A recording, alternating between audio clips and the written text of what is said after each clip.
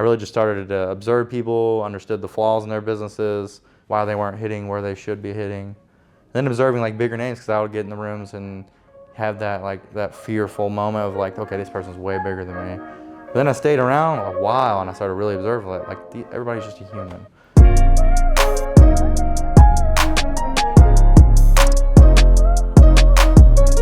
this is Deb, and this is Happy Hour with Deb, and today we got this rock star media. This is Bradley Graham from Evy Media. Welcome to Happy Hour. Well, it's nice to be on the other side. I was gonna say, it's so almost bizarre to see you sitting on the couch. Yeah. I did get a picture of you hanging from the couch. There we go, my little balancing act. Yeah. Yeah, I thought I could sit down for a minute without taking over. And you look like a big boy. I'm like so proud of you. Look at you go. There we go. There we go. We're ready. Puberty finally hit me at 28. You always hit somebody at some point. So Bradley runs this ridiculous media company, Rockstar Media Company, where they travel all over the world and they work with these incredible names. And I am blessed enough to have him as the producer of this fantastic podcast.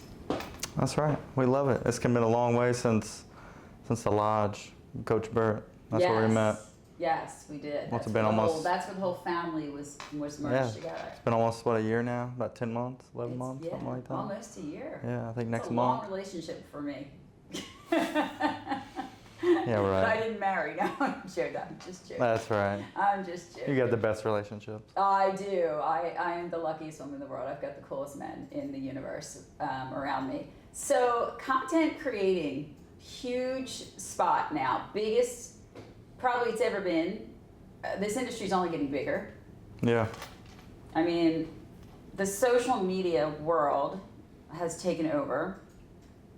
Tell everybody the importance of good content when you're a rock star that we're used to having, or an entrepreneur, or trying to build a brand.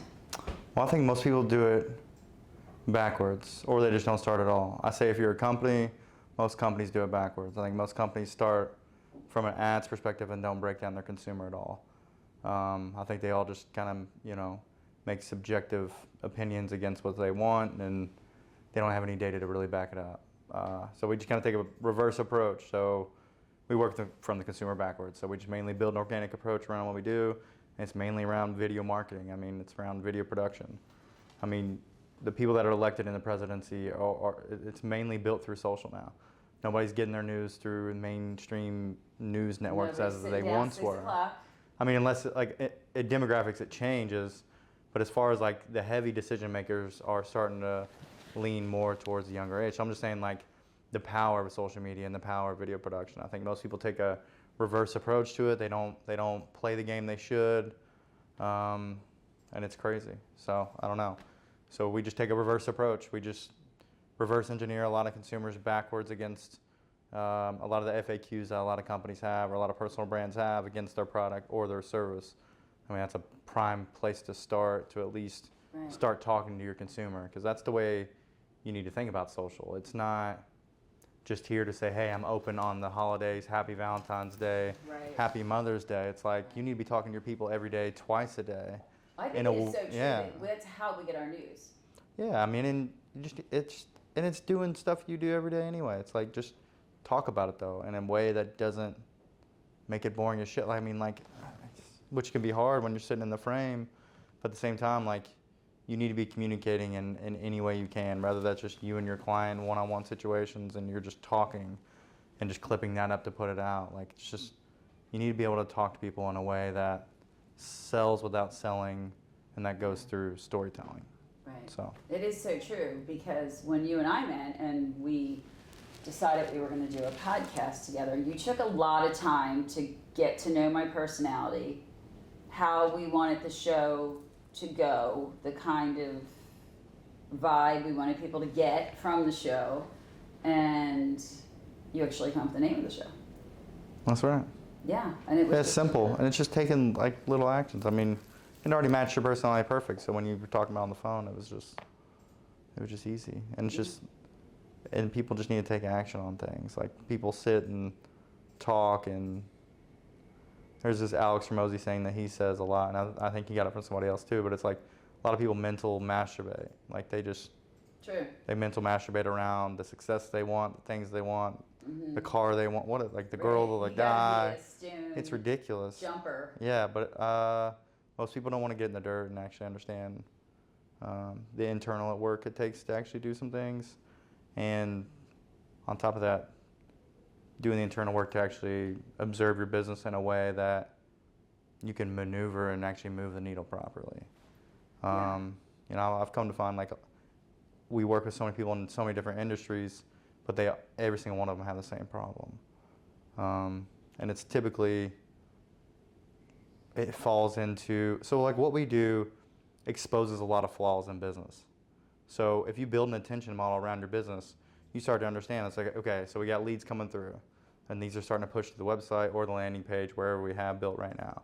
So it's like, okay, through organic, boom, here we understand consumers are starting to follow us, they're starting to, you know, make some data Break points it over down here. into everything. But then they're also moving into the website. Okay, how are they interacting with the website once they get there as well? We're flooding the attention there. Okay, so now we need to maneuver like, okay, now a lot of them are falling off, you know, 3/4 of the page through. They're not even going to these pages. So maybe we can maneuver some things to help them stay longer, to let them know that we can actually solve this problem. Okay, boom. So now what about the ones that actually did take action? How long did it take? How many pages did they visit? Why did they visit them? You know, there's so many little data segmentations that you can start to follow once you start to pour attention into a business or a personal brand or anything. It exposes everything. Which, by the way, if you're the entrepreneur or the business owners that you guys work with, is an impossibility to break down yourself. Yeah, 100%. And do your job, it's just not possible. And most people look at us different than what, like they just think like, okay, you're gonna come in, do some videos for us, do this and this and this, and then you're gonna like make us go viral. That's what a lot of people say. It's like, yeah, like we take elements from past virality that we've had to make you build a community and yes, eventually go viral within your industry and what you do. But that's not what it is. It's mainly built to expose those points. Because then we start to find out, is it a product problem? Is it a leads problem? Mm-hmm. Is it a CRM problem? Like, are they getting screwed up through the whole thing and we can't even nurture them? Or they're not being nurtured like properly?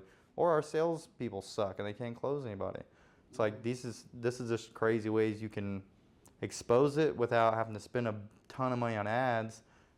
On the back end, like it gives you proper ads to place. Like, so once you have a good piece of organic piece of content, you can throw it into post-production with a call to action and start pushing people towards your website and actually doing things without just guessing like, oh, I'm going to put out this ad and this ad. It's like this just helps you hone in on that and at the same time expose all those things within your company.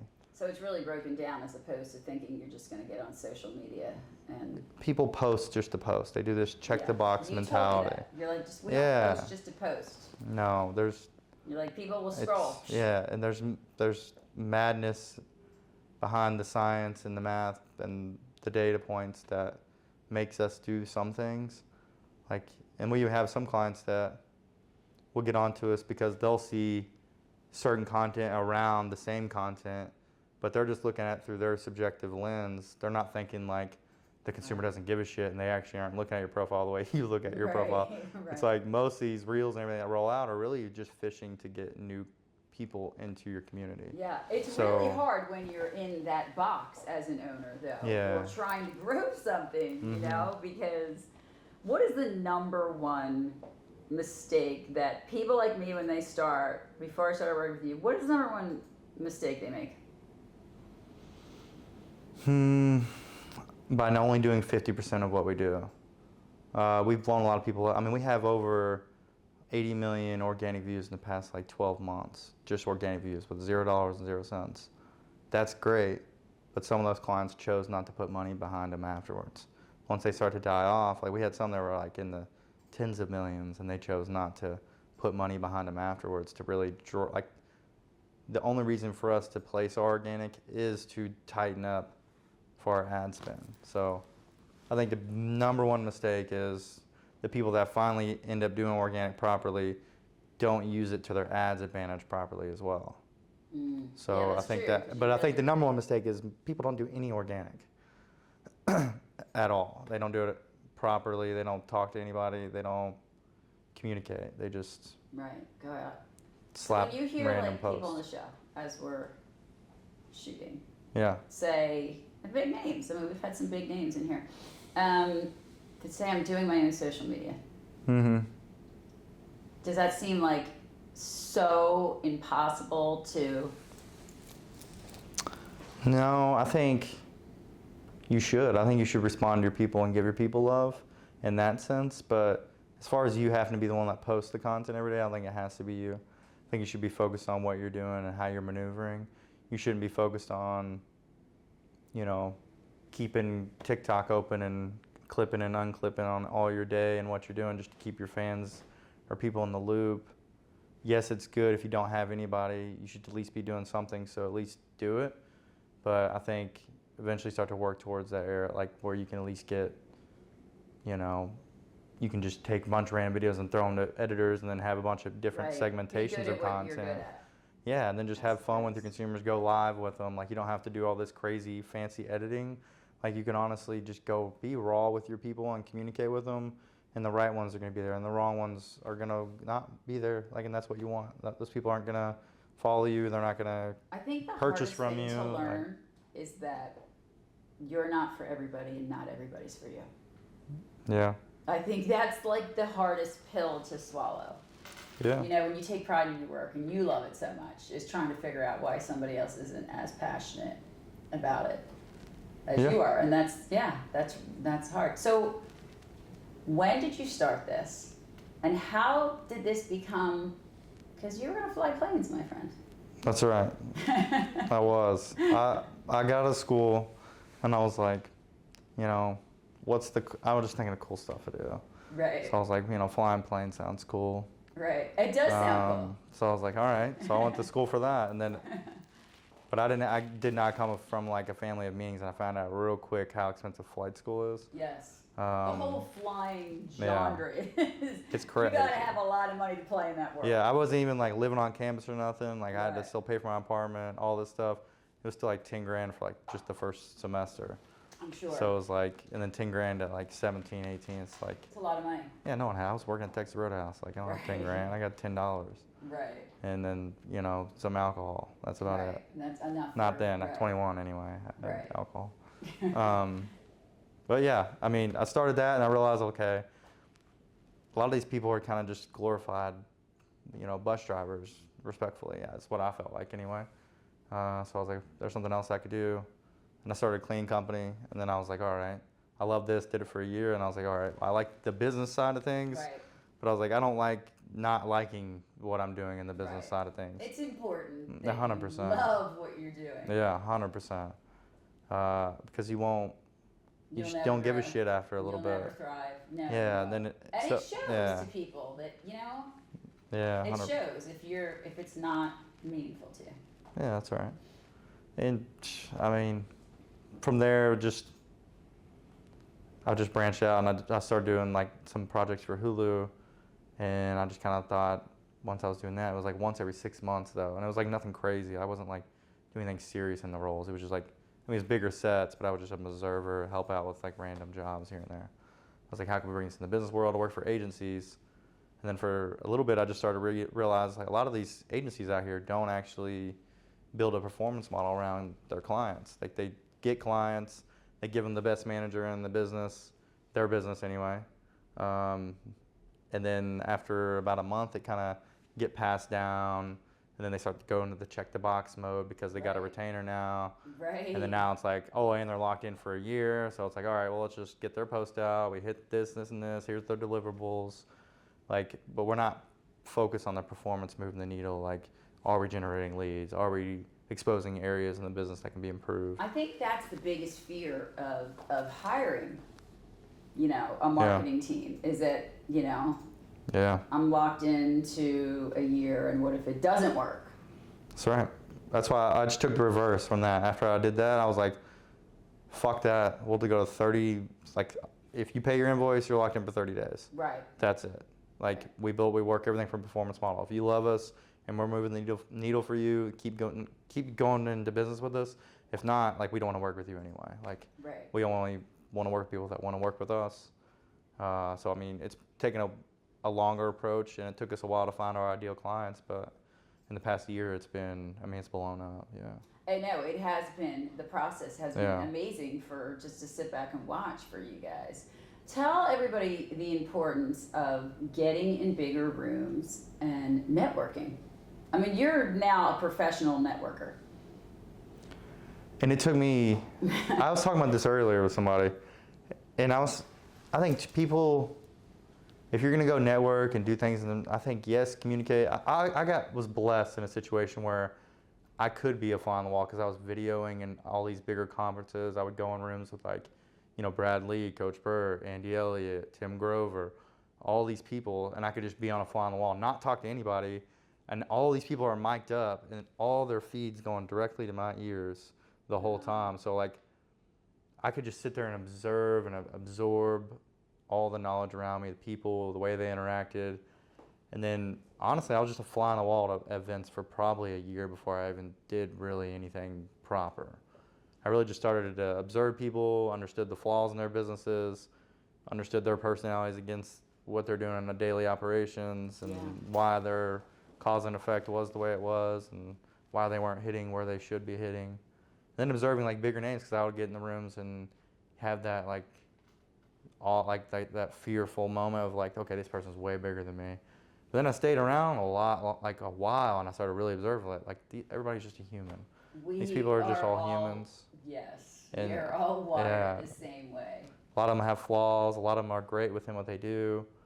I don't know, but I mean, I was blessed to not have to go in there and force myself into discussions without knowing what I was talking about. Right. So I got to back You up had the myself best with training data. ever. Yeah, and it You was just sat in great. the room and- So I can't just say, hey, go out there and network and talk to people, because you could be full of shit and not know anything right now. Right.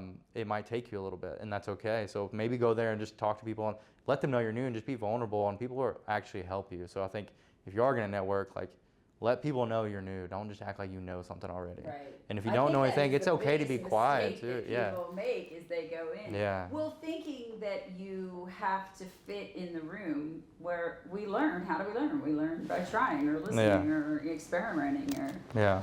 But the importance of it is it'll change your life. You observe other mindsets that think either similar to how crazy you are or at much crazier levels than you are, and it just exposes you to other people that can help get you there to the things that you want to do. Yeah. I mean, it's if you're not doing it and you're stuck, that's probably one of the biggest reasons that you're stuck. And I think that's probably the biggest fear to overcome is I, Bradley, was blessed with the gift of gab. 100%, yeah. 100%. So there's never a stranger in the room. Yeah, the first time I saw you had like the Phillies freaking just like shining through the whole room on the head. It was We just gotta represent. bubbly personality, Yeah. badass purse, I think. I can't remember. Something like that. I think it's just, to me, I don't know, it's either a blessing or a curse, I don't know. But like you said, we're all the same. We Yeah. all started somewhere. Not everybody did you just wake up one day and you were Coach Burt? That's right. We Yeah. all started somewhere. And I love those rooms because I just sit back and just like listen to how they got there and their struggles. And how important is it to really, now that we've been working together, we know each other very well. How important is it to really understand the personality of the person you're working with? Oh, it's everything. Because I think that's why we've moved up the way we have as well, is because for me being on a fly on the wall perspective for so long, I understood how they wanted to be communicated to and the results they wanted to see. And I think that's a problem with a lot of marketers or like video people or just people in general, is like people take a me approach to everything. They don't take, and it's like they want to know how this person can serve them, and like it's just a horrible way to do things. Like, you got to observe a room, you got to read your people.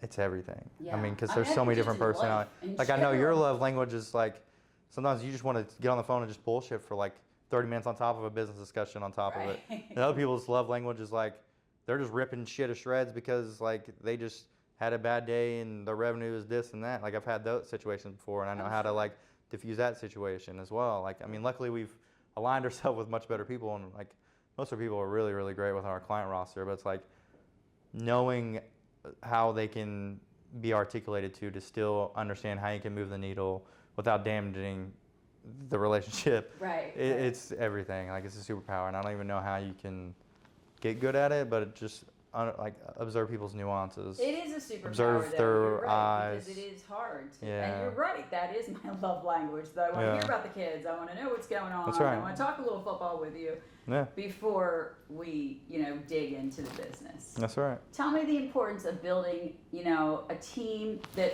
really represents what you believe in and what, Evy Media stands for. It's harder as shit. Once you're doing everything yourself for so long, and then you bring someone else and you get them up to speed on it. And then we got so much work to where we were had to dial in our systems all at once. We pretty much went to a 10-man team overnight, to a 12-man team overnight. Now it's 10, so we had to let people go. We had to shift things around. I mean, it's hard, but you have to put a lot of focus into it, because if not, you're going to be stuck in the daily operations of everything. You have to think of little, can't be in two places yeah, at one time. and you have to think, like, what we did was we got super creative with the way we hired people. Is so we hired people and then we'd fire them and we'd spend like thousands of dollars on them. We're like, okay, this is stupid. I'm not going to just keep doing this every other month or every month, every 3 months. It's like, and I know that reflects upon us as well as our systems to train.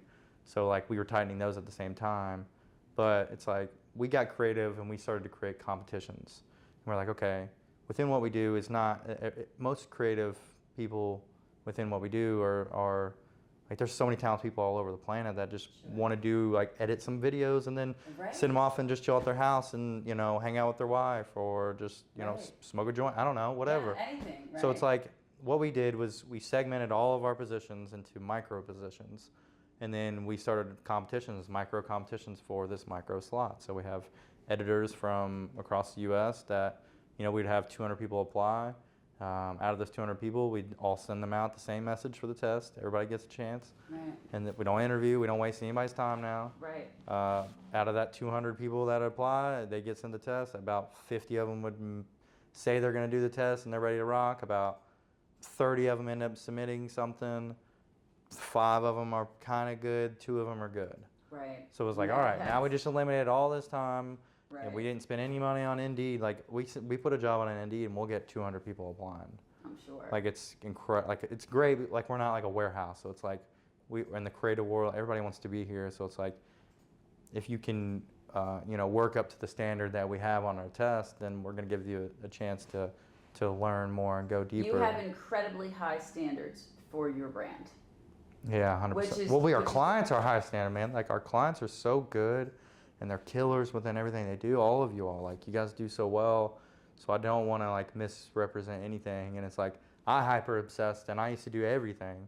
So I just want to make sure all of our micro positions are, filled to exactly minimum of where we were, but always better than what it was. We were laughing this morning because Trevor was hyper focused on a camera for like 7 minutes. I go, all right, listen, Bradley, step away. We're ready to roll. Because I could just see you tinkering, and I'm like, oh my God. But that's amazing because it's your name, it's your brand, it's your company. That's right. You want to be represented. And there's a bigger play. Yeah, so it's like, we need this to work. This isn't the only thing. It's like, this is a small piece. This is the small IP to build our bigger company. Is mainly what we're doing. Like, and this is a small piece. Because we work together. I know you guys work 7 days a week. Yeah. I mean, our team is on it. Like, they're all over it. Yeah. I mean, and sometimes it could be, if everybody's on it throughout the 5-day work week, it's all hands on deck, and it could be, 8 to 12-hour days. And then sometimes the weekend, it could be like, just a couple hours, 3 hours. But yeah, typically there's always somebody doing something. Yeah, because the response time is amazing. Thanks, man. With you guys, it is. It's amazing. Slack We're helps. treated like family. Yeah, Slack helps a lot. Deb, she's a priority. And you make all your clients feel that way. Yeah, 100%. That they're a priority. I never feel guilty about reaching out. I tell everybody, I'm like, if it's midnight, like, send me a voicemail. I mean, even if I don't respond immediately, it's like, if you have a creative thought, like, always send it our way, because we can always put all of our heads together and break down what could be, because you never know what concept could come out of that. Yeah, it's So true. it's like, Well, I've always left you keep guys- 'em- I've left yeah. some text messages with like, knowing you're not answering at 2:00 on Saturday night. And, That's right. but I think it's so great because you guys really are so approachable. And this year you had such a big name in the industry, and that this year of just this growth has been incredible. Does it feel like my hard work is paying off? Because this is what you always say to me. You're like, I didn't get back to you because we're growing, baby. We're growing. Yeah, no, I'm blessed. I'm super blessed. We're getting there. I don't know. Probably harder on myself than anything. I'm blessed where we're at. I'm glad we're not where we were a year ago. But other than that, there's always a new mountain. There's always more pressure upon other areas because there's a bigger picture thing out of all of it, you know. And I think it's the same way too with clients. Is everybody wants more, and instantly, right? Yeah. Because I know I wasn't an instant gratification girl, Brad. I was like, we can hang. I'm like, what do you mean? But I think the adaptability of that is just amazing. That it's just great, and the interaction between you and your clients is really incredible. Yeah, we love them. That's why we vet, and that's what makes it easier to like get our employees to compete with our client, like to help make them just badass. Just because like we vet the shit out of them. It's like all of them are great. I mean, we got from the founder of Orange Theory Fitness to someone that just wants to it's crazy. Like from coaches that just want to build up their coaching way more than what it is. So it's just like we vet them in a place that makes it fun to compete for them. So that's like our main approach. We build a performance model, and we love going to battle because we build the proper list to go to and I battle think that's the thing too. What I say when I refer to all of us working together is, it doesn't feel like you take the pressure off of me. The social media pressure, the podcast pressure, whatever. It's just out of my hands. I don't even think about it. It's out of my hands because I know that you guys have it handled. Which for people who do their own social media, that's like, holy shit, that's a job. It's a job. If you do it properly, it's a lot. Yeah. It's too much It's for a one lot. person. I mean, I don't know how you could do that and still do your job at the same time. That's right. Yeah, unless you already have a big name in the space and you can just turn around and just talk to your people. I mean, yeah, you got to put in some real work. I gotta tell you though, even people that have a big name and have a space, sometimes the content is not the best. But they'll still get a lot of love. I mean, people can always turn it up, but it's due to their ambition. A lot of people just want to revert to that check the box or keep up their endorsement deals that they currently have. They're not looking for any extra or something like that. Like a lot of people just like don't. a tour bus. Yeah, I mean, a lot of people aren't going to take the Dwayne Rock Johnson approach to social media. Right. That dude's destroying social media, and he's great. And he just throws out content like crazy, and he cares about his people, and he shows them a lot of love. But I mean, if you can do that in the slightest way, I mean, you should be okay regardless of the name that you have, regardless of the following you have in any industry you have. I mean, you don't need a whole lot of people to build something incredible off of. I think with starting this business that is kind of new, I think the most important lesson I learned is that do what you're good at, Deb. Sit back, drink your Diet Coke, and do what you're good at. Because, you know what I mean? I can't do everything and be good at what I do. 100%. Yeah, I don't edit videos anymore. Right. I would. We don't move the needle properly if I'm sitting there editing videos or if I'm. Right. You have to do what you're the best at. And it's so much. So yeah, 100%. Stay in your strength zone. You want to stay in a creative area where you can continuously observe in areas of growth and actually pursue them properly. Yeah, and you had said you don't want to get bogged down in bullshit. Your team, right? Yeah. Like you need to make sure that you can't. There's no way somebody can be successful and do 24/7. It's just not your father. You own this company. You travel on the road. It's clients across the country. So it's a lot. Yeah, it's 100%. a lot to handle. And I have to tell you, you do it better than anybody I know. Well, thanks, man. It is truly an honor to work with you. It really is. All right. We love you. I know you do, my biggest fans. And I'm your biggest fan too. You know that. I'm like, don't talk about my men. That's right. So how can people get to you? How can they get to start working with you or get a little more of what you do to help grow their company? The biggest thing, like if you have random questions, just shoot them at Bradley at evymedia.tv. We don't take everybody as retainer clients, but we will help everybody. So we'll point you in the right direction. Yeah, even if we can't help you, like Well, that's why I'm so we'll proud point of you to the right way. You literally never just like too big, click. Yeah, like I'll send you, even if it's a voice memo and it was a week after you messaged me, Right. like I'm gonna get to you and I'll shoot you the best people to help you.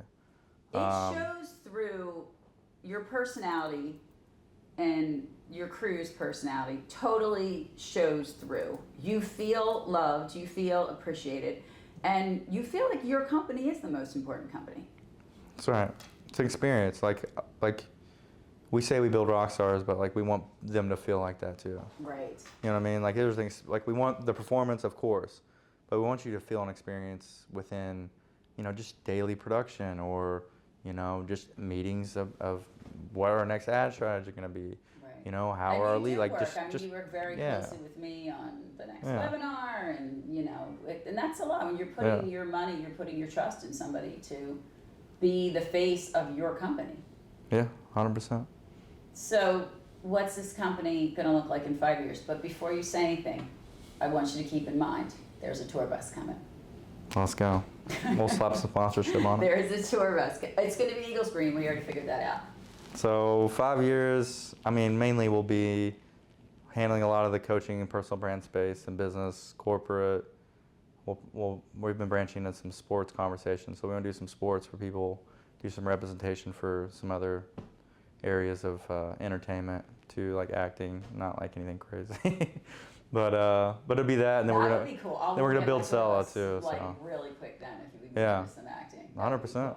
So we've been talking with some people. Like we want to work with this guy in the NBA, so we'll just keep working him.